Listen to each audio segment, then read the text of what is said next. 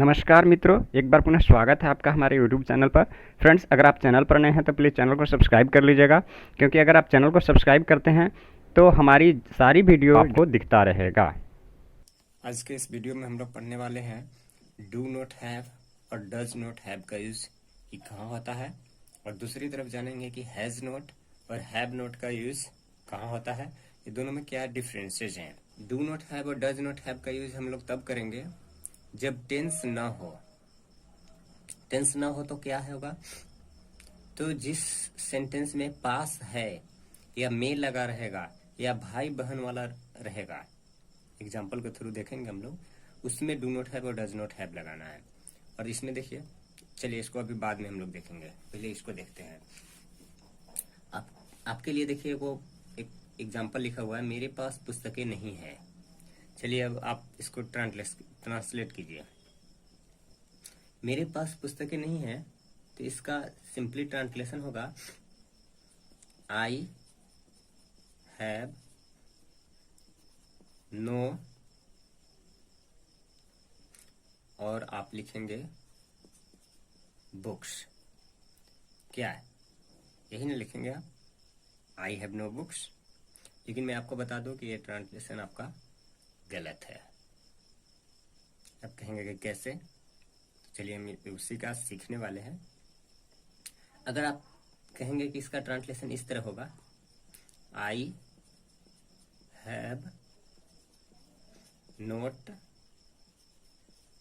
Books, आप थोड़ा सा दिमाग लगाएंगे तो बता दें कि ये भी गलत है, क्योंकि नाउन जब रहता है तो नो का यूज होता है, नोट का यूज नहीं होता है। अगर आपको इसमें डिफरेंस नहीं मालूम है तो आप हमारे चैनल को विजिट कर लीजिए, वहाँ पे नो और नोट का एक वीडियो मिलेगा, उससे आप पूरी तरह देख लीजिए। उसमें 5-6 नो और नोट का यूज बताया गया है, बहुत ही मस्त वीडियो है, तो आप देख लीजिए।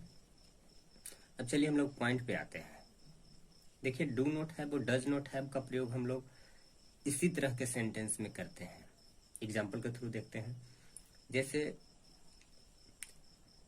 मेरे पास पुस्तकें नहीं है, इसका सही जवाब होगा, आप सही में लिखेंगे आई do not have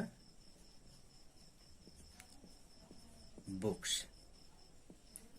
I do not have books, इसका सही जवाब ए हुआ। इस तरह से दोनों तरीका से आपका ट्रांसलेशन गलत हो जाएगा, तो ए वाला जो है विधि सही है। एडवांस इंग्लिश स्ट्रक्चर कहता है कि जब टेंस न हो और इस तरह पास है, में और भाई बहन वाला सेंटेंस आएगा, तो आप डू नॉट हैव और डज नॉट हैव लगा करके उसका ट्रांसलेशन बनाइए। देखिए आगे, देखिए और कुछ एग्जांपल्स लेते हैं हम। अगला है, उसके पास खिलौने नहीं है। उसके पास खिलौने नहीं है। देखिए इसका अनुवाद कीजिए आप इंग्लिश में। इस विधि से मत कीजिएगा, इस विधि से कीजिए। उसके पास खिलौने नहीं है, तो इसका आप क्या लिखेंगे, he does not have toys.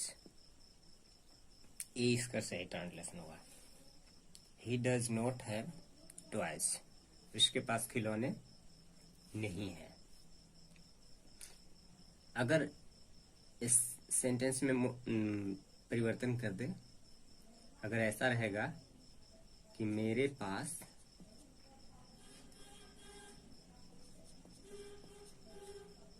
दो घोड़े नहीं है,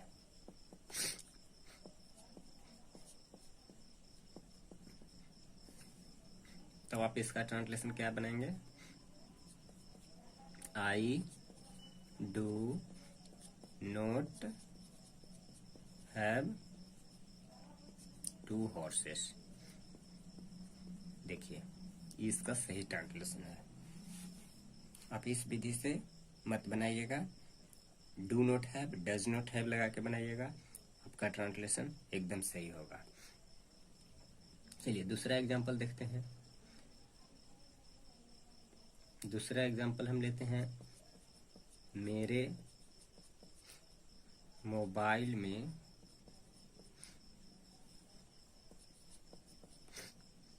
गाना नहीं है।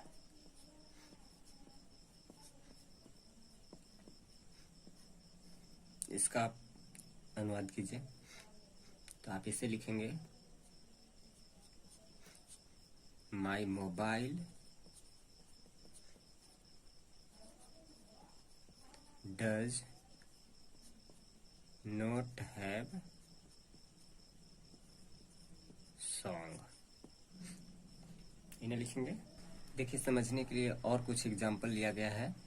जैसे, क्या आपके पास मोबाइल नहीं है, तो इसका इंग्लिश होगा do you not have mobile.